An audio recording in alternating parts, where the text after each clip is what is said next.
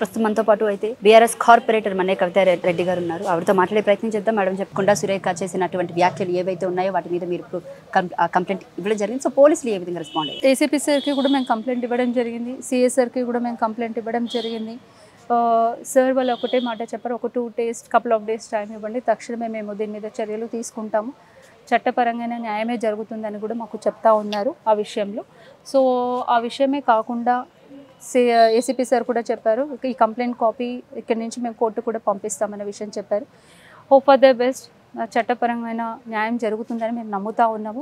Morning Marikonda Surekha press meet పెట్టి నా మాటల్ని ఉపసంహరించుకుంటున్నాను అంటే అది సారీ కూడా చెప్పడం కాదు, ఉపసంహరించుకుంటున్నాను, అది కూడా సమంత మీద చేసినటువంటి వ్యాఖ్యల్ని మాత్రమే ఉపసంహరించుకుంటున్నాను, బట్ కేటీఆర్కి సంబంధించి నేను లీగల్గా కోర్టులో తేల్చుకుంటాను, నా మీద డిఫమేషన్ కేసు వేసినప్పటికీ కూడా నేను కూడా కోర్టుకి వెళ్తాను అని చెప్పేసి ఆవిడకు కామెంట్ చేయడం జరిగింది. ఒక మాట మీకు చెప్తా ఉన్నాను, సమంత అక్కినేని కుటుంబానికి క్షమాపణ చెప్పిన కొండా సురేఖ గారు మరి రామన్నకి చెప్పడానికి ప్రాబ్లం ఎక్కడొస్తుందండి? మరి దీన్ని బట్టి చూస్తే ఇది రాజకీయ కుట్రే అనుకోవచ్చు కదా, రాజకీయంగా చేస్తున్నట్టే ఉంది కదా. ఇది ఉద్దేశంగా తీసుకుంటే ఏదో విధంగా ఒక మనిషి మీద ఒక మచ్చ పెట్టాలి అనే విధంగానే దీన్ని నా ఉద్దేశపూర్వకంగా అయితే అదే కనిపిస్తూ ఉంది. కాంగ్రెస్ పార్టీ ఏర్పడిన వెంటనే ఫస్ట్ వెలుగులోకి వచ్చిన అంశం ఏంటంటే ఫోన్ ట్యాపింగ్. ఆ ఫోన్ ట్యాపింగ్ విషయాన్ని వెలుగులోకి తీసుకొచ్చి ఈరోజు సమంత నాగచైతన్య విడిపోవడానికి ప్రధాన కారణం కేటీఆర్ అని చెప్పేసి అని, ఫోన్ ట్యాపింగ్ వల్లే విడిపోయారు అని చెప్పేసి ఫస్ట్ నుంచి కాంగ్రెస్ పార్టీ చేస్తున్నటువంటి ఆరోపణ. నేను మీకు ఇంకో విషయం చెప్పాలి, ఆ మాట మీరు అంటూ ఉన్నారు, ఫోన్ ట్యాపింగ్ వల్లనే సమంత అక్కినేని నా చైతన్య గారు విడిపోయారని మీరు చెప్తా ఉన్నారు. మరి సమంత కూడా ట్వీట్ చేసింది కదండి, నా డైవర్స్కి మేము విడిపోవడానికి మేము అంగీకారంగానే విడిపోయాం తప్ప కేటీఆర్ అన్న వాళ్ళ రాజకీయంగా ఎటువంటి సంబంధం లేదు, మా అండర్స్టాండింగ్ మీద మేము డైవర్స్ తీసుకున్నామని తనే క్లారిటీ ఇచ్చింది. అక్కినేని అమల గారు కూడా ట్వీట్ చేశారు, నాగార్జున గారు ట్వీట్ చేశారు, వాళ్ళే చెప్తున్నారు కదండి, మా అండర్స్టాండింగ్ మీద మాకు అయ్యింది తప్ప మాకు రాజకీయంగా ఎటువంటి సంబంధం లేదని చెప్పారు. ఇంకా ఏ విధంగా ఫోన్ ట్యాపింగ్ అని, ఏ విధంగా అసలు కొండా సురేఖ గారికి ఏం తెలుసని మాట్లాడుతుందండి? ఫోన్ ట్యాపింగ్ అయింది, ప్రూఫ్స్ ఏవండి? ప్రూఫ్స్ ఉన్నాయి మీ దగ్గర? ఉన్నాయండి ప్రూఫ్స్? సమంత గారు ఏమైనా ప్రూఫ్స్ చూపించారా? కన్వెన్షన్ విషయానికి వస్తే కనుక ఆ రోజు కేటీఆర్ పంపించలేనందుకే కేటీఆర్ అడిగాడు పంపించలేదు అని చెప్పేసి చాలా జుగుప్సాకరంగా మాట్లాడిన అంశం కూడా, అంటే ఒక మాజీ నక్సలైట్ అయ్యుండి ఒక మహిళ అయ్యుండి ఆవిడ ఇలా మాట్లాడడాన్ని అసలు బేసిక్గా అటు సినిమా ఇండస్ట్రీ పెద్దలు కానివ్వండి, లేకపోతే సినిమా ఇండస్ట్రీ మొత్తం కూడా దీని మీద తీవ్ర వ్యతిరేకత చూపిస్తుంది, అలాగే రాజకీయ పరంగా కూడా పెద్ద దుమారం రేపుతుంది. మీరు ఆ మాటలు అంటుంటే నేను వినలేకపోతున్నాను, సారీ. ఇప్పుడు మీరు ఈ మాట మాట్లాడుతూ నేను వెళ్ళిపోదాం అనుకుంటాను, పంపించమని చెప్పిండు, పంపించకపోతే లేకపోతే అంత చీప్గా మాట్లాడతారండి ఒక మినిస్టర్ ఏంటి, ఒక మహిళ అండి.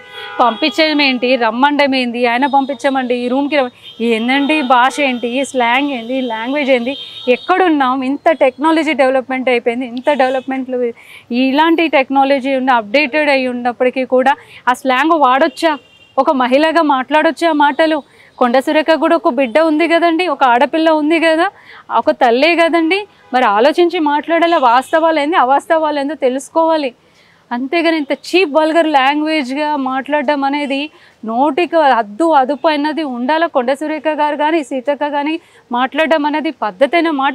వావి వరసలు, మనుషులు, కుటుంబాలు, బంధుత్వాలు ఒక్క నోటి మాటతోటి ఈరోజు కుటుంబం పిఎస్కొచ్చి కంప్లైంట్స్ ఇస్తున్నారంటే వాళ్ళ మనసుకు తగులుతోంది. రమ్మన్నారు, పొమ్మన్నారు, లేకపోతే కన్వెన్షన్ ఏందండి స్లాంగ్ ఎట్లండి? అసలు రేవంత్ రెడ్డి గారు కొండా సురేఖకి ఎందుకు ఇచ్చారో మినిస్ట్రీ, ఎలా ఇచ్చారో, తన ఒక మినిస్ట్రీనా అండి ఈ విధంగా మాట్లాడడం అనేది? ఓ మినిస్ట్రీ అదేనండి, ఎండోన్మెంట్ మినిస్టర్ గారికి నేను చెప్తా ఉన్నాను, ఆమె ఉన్న పదవిలో తను చేయాల్సిన పనులేంది, తన బాధ్యత ఏంది, ఇదే పెట్టుకోకుండా అంతకుముందు ఒకసారి రేవంత్ రెడ్డి గారు ఏమో కల్వకుంట్ల కవితక్క గురించి మాట్లాడతారు, ఒకరు వచ్చేసేమో హరీష్ రావు గురించి మాట్లాడతారు, ఒకరు వచ్చేసేమో కేటీఆర్. ఫ్యామిలీ పార్టీ మీద ఏదో ఒక టార్గెట్ చేయాలా, ఆ టాపిక్ రావాలా, సోషల్ మీడియాలో స్క్రోలింగ్ అవుతే కాలం గడవాలా. లేటెస్ట్ అప్డేట్ ఏంటంటే టీపీసీసీ ప్రెసిడెంట్ ఎవరైతే మహేష్ కుమార్ గౌడ్ ఉన్నారో ఆయన ఇరువైపులా కూడా మహిళలు ఈ విషయాన్ని ఇక్కడితో ఆపేయండి, లేకపోతే కామెంట్స్ చేసిన సమంత మీద చేసినటువంటి కామెంట్స్ కానివ్వండి, అటు మహిళే ఇటు మహిళే కాబట్టి దీన్ని ఇక్కడితో ఆపేయండి, ఉపసంహరించుకుంటుంది కాబట్టి అని చెప్పేసి ఒక కామెంట్ చేయడం జరిగింది. ఓకే, దానికి మీ సమాధానం ఏంటి? ఇప్పుడు ఆయన ఒక ప్రెసిడెంట్గా, పిసిసి ప్రెసిడెంట్గా నేను ఒకటే మాట చెప్తా ఉన్నాను, ఇరువైపులా మహిళల విషయంలో చెప్పినప్పటికీ కానీ సమస్య ఇద్దరు ఇప్పుడు ఇక్కడ రామన్న విషయంలో సమంత విషయంలో మాట్లాడినప్పుడు నేను ఒకటే చెప్తాను, ఆయన ఇరువైపుల మహిళలు అంటున్నాడు కదా, నేను ఇరువైపుల ఇక్కడ రామన్న విషయంలో కానీ ఇక్కడ సమంత విషయంలో ఇరువైపుల క్షమాపణ మాటలు ఎలా అయితే సమంత గారికి అన్న మాటలు వెనక్కి తీసుకుందాం, ఇరువైపులు అన్నప్పుడు రామన్న మాటలు అన్నది కూడా వెనక్కి తీసుకోవాలని నేను డిమాండ్ చేస్తాను. డిఫమేషన్ వేసిన ఇల్లీగల్ గా తెలుసుకుంటానంటున్నారు, మరి ఎవరు చెప్తా ఉన్నారు?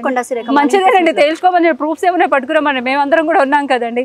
కరెక్ట్ అయిన మాట కాదు. ఒక స్టేట్గా పీసీసీ ప్రెసిడెంట్ అన్న మాట్లాడుతూ ఉన్నారు, ఆయన కూడా చెప్తాను, మహిళ అంటున్నారు కాబట్టి ఇక్కడి నుంచైనా ఆయన కొత్తగా ఎన్నుకున్నారు కాబట్టి ఆయన కొత్తగా పదవి తీసుకున్నప్పుడు ప్రెసిడెంట్ గారు ఇప్పటికైనా మహిళ అంటున్నారు, అసలు మహిళలకు కావాల్సిన రక్షణ ఏంటి, మహిళలకు కావాల్సిన పథకాలు ఏంటి, మహిళలకు కావాల్సిన పనులేంటి, వాళ్ళకున్న 6 గ్యారెంటీలు ఇచ్చారు రేవంత్ రెడ్డి గారు ఏమి ఇచ్చారో దాన్ని ఇప్పటికైనా సరే రేవంత్ రెడ్డి గారు చేయకుని ఇక్కడ మీరు వచ్చారు కాబట్టి మీరైనా చేస్తారని ఒక హోప్లో ఉన్నారు. అసలు మీరన్నా మహిళల మీద గౌరవం ఇచ్చారు కాబట్టి ఆ విధంగా 6 గ్యారెంటీలు ముందుకు తీసుకెళ్లాల్సిందా మేము డిమాండ్ చేస్తాం. రైట్. మూసీ నదికి సంబంధించి ఏదైతే ఉందో ఆ ప్రక్షాళన అంటే ఇదంతా కంప్లీట్ డైవర్షన్ పాలిటిక్స్ గానే నడుస్తుంది. ఇప్పుడు కొత్తగా అంటే కావాలని రోడ్డు మీదకి సమంతాన్ని లాగారు కాంగ్రెస్ పార్టీ వాళ్ళని చెప్పేసి సోషల్ మీడియాలో బాగా విమర్శలు వినబడుతున్నాయి. సో దాని మీద మీ కామెంట్ ఏంటి? ఫ్యాక్ట్ అండి, 100% నేను ఒప్పుకుంటాను విషయంలో. ఎందుకంటే మూసీ నది తీసుకోండి, హైడ్రా విషయంలో తీసుకోండి, 6 గ్యారెంటీలో ఎంతవరకు పెన్షనే లేదు, మాకు రేషన్ రావడం లేదు. ఇటు మీరు చెప్పినట్టుగానే టాపిక్ డైవర్ట్ చేయడం విషయంలో వచ్చేసి బతుకమ్మ చీరలు లేవు. లాస్ట్ టైం మీరు కూడా చూస్తుంటారు, ఒక్కొక్క ఇంటికి 2 చీరలు ఆధార్ కార్డు మీద చూస్తే ఆధార్ కార్డు కదా రేషన్ కార్డు మీద ఎంతమంది మహిళలు ఉంటే అంతమంది మహిళలకు చీరలు ఇవ్వడం జరిగింది గత ప్రభుత్వంలో. సో అదే విధంగా ఇప్పుడు మహిళల విషయంలోకి వస్తే ఈ విధంగా తీసుకోవడము ఏదైతే విషయం ఈ టైంలో ఇప్పుడు పబ్లిక్ అడుగుతూ ఉంటారు, అప్పుడు చీరలు వచ్చి ఇప్పుడు మాకు చీరలు లేదు అని అడుగుతూ ఉంటారు. ఇవన్నీ డైవర్ట్ చేయడానికి మూసీ నది విషయంలో కానీ మీకు ఇంకో విషయం కూడా చెప్పాలి, భవన్కి అందరూ లేడీస్ అందరూ కూడా మొన్న డెమోలిషన్ అయినప్పుడు అందరూ వచ్చారు, హరీష్ రావణ్ వచ్చినప్పుడు కలిసినప్పటికీ అందరూ వచ్చినప్పటికీ కూడా ఈ మంచి పబ్లిక్లో ఒక మంచి బీఆర్ఎస్ అనే ఒక పార్టీ మీద ఒక ఫేమ్ వచ్చింది, రామన్న మీద, హరీష్ రావణ్, కేసీఆర్ సార్ మీద. కానీ ఆ ప్రభుత్వమే బాగుంది, మళ్ళీ మీరు రావాలి సార్, మళ్ళీ ఇప్పుడు ఎలక్షన్స్ పెట్టి మేము గెలిపించుకుంటాం. ఈ ఫేమ్ ని ఫాలో అవుట్ చేయడానికే కాంగ్రెస్ పార్టీ కాంగ్రెస్ పార్టీ నిన్న ఒక కామెంట్ చేయడం కూడా జరిగింది. ఇప్పుడు కానీ మూసీ నది ప్రక్షాళన చేయకపోతే ఇంకెప్పటికీ జరగలేదు, మీరు హైదరాబాద్ డెవలప్మెంట్ అడ్డుకుంటున్నారు. నేను మీకు ఇంకొక మాట చెప్తా, మూసీ నది మీదకి ఎంత ప్రాజెక్ట్ అయితే డెవలప్మెంట్ అంటున్నారు కదా, ఆ డెవలప్మెంట్ మీద ఎంత మందికి బెనిఫిట్ అవుతుంది అనే విషయం మీరు ఆలోచిస్తే ఆ 1,00,000 కోట్ల ప్రాజెక్టుని 1,50,000 కోట్ల ప్రాజెక్టుని తీసుకొచ్చింది ఆ ఒక ఫండ్, ఆ ఒక బడ్జెట్ ముందు ఒకటి ఏది మన మహాలక్ష్మి విషయంలో కానీ 2,500 వేయండి, వృద్ధుల పెన్షన్ ఆగిపోయింది, 2,000 పెన్షన్ని 4,000 చేస్తానన్నారు, 4,000 పెన్షన్ చేయండి. రేషన్ కార్డు విషయంలోకి వస్తున్నాను, రేషన్ కార్డు విషయంలో కూడా ఇంతవరకు మళ్ళీ న్యూ కార్డ్స్ ఇవ్వలేదు. ఇంకో విషయం చెప్తా ఉన్నాను, అదే బడ్జెట్ ఏదైతే 1,50,000 కోట్లు అని చెప్పానో ఆ విషయానికి వస్తే తులం బంగారం ఇస్తాను రేవంత్ రెడ్డి గారు ఇంతవరకు ఒక చెక్కు మీద ఒక తులం బంగారం ఇవ్వలేదు. ఆ 6 గ్యారెంటీలు ఒక్క గ్యారెంటీ కూడా అమలు పరచలేని రేవంత్ రెడ్డి గారు ఇప్పుడు అంత బడ్జెట్ తీసుకెళ్ళి మూసీ మీద పెడుతున్నాడంటే ఏం? మీకు ఇంకో విషయం కూడా చెప్తున్నాను, మహిళలకి ఇప్పటికీ సుమారు 2,000 అత్యాచారాలు జరిగినప్పటికీ కూడా ఎలాంటి షీ టీమ్స్ ప్రొటెక్షన్ కానీ ఏమీ లేదు.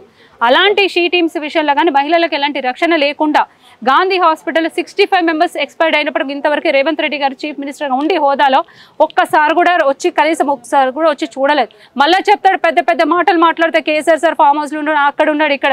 ముందు రేవంత్ రెడ్డి గారు హోదాలో ఉన్నాడు, ఇప్పుడు చనిపోయిన వ్యక్తిలో కనీసం వాళ్ళ కుటుంబ సభ్యులకు కానీ ఏమైనా ఇవ్వాలి చేయాలన్న ఆలోచన లేదు, వాళ్ళని పలకరించాలన్న ఆలోచన లేదు. అసలు గాంధీ హాస్పిటల్ కానీ ఏ గవర్నమెంట్ హాస్పిటల్ ఏ బస్తీ దవాఖాన కానీ ఏ ఒక యూపీహెచ్సి సెంటర్లో కానీ ఇంతవరకు స్టాఫ్ లేదు, మెడిసిన్స్ ఇంతవరకు ఫీవర్గా వస్తే కనీసం ఒక మెడిసిన్స్ లేవు, ఒక డాగ్ బైట్ చేసే ర్యాపిడ్స్ అని మెడిసిన్ లేదు, ఒక సిరప్స్ లేవు, కాఫ్కి సిరప్ లేదు, కోల్డ్కి సిరప్ లేదు, వాళ్ళ శాలరీస్ లేవు, స్టాఫ్ లేదు. అలాంటి అందుబాటులో లేని మెడిసిన్స్ వల్ల ఈరోజు గాంధీ హాస్పిటల్ 65 మంది చనిపోయారు. ఇలాంటి వాటికి బడ్జెట్ కేటాయించవచ్చు కదండి, నేను అడుగుతా ఉన్నాను. ఫైనల్గా చెప్పండి, ఈ అంటే పోలీసులు ఎలాంటి యాక్షన్ తీసుకోకపోతే తదుపరి చర్యలు అసలు ఏ విధంగా ఉండబోతున్నాయి? పోలీసులు యాక్షన్ తీసుకోకపోతే మేము ఒకటి ధర్నా చేయడం, ఒకటి దిష్టి బొమ్మ తగలగొట్టడం, లేదంటే మేము కూడా మేము కోర్టుకైనా అప్రోచ్ అవుతాం, కామన్ గా జరిగే. ఇంకోటి కొండా సురేఖ ఇంటికైనా వెళ్తాం, మాకు ఎక్కడ న్యాయం జరుగుతుంది అనే విషయంలో మేము అక్కడికి న్యాయం జరగడం జరుగుతుంది. Right, thank you.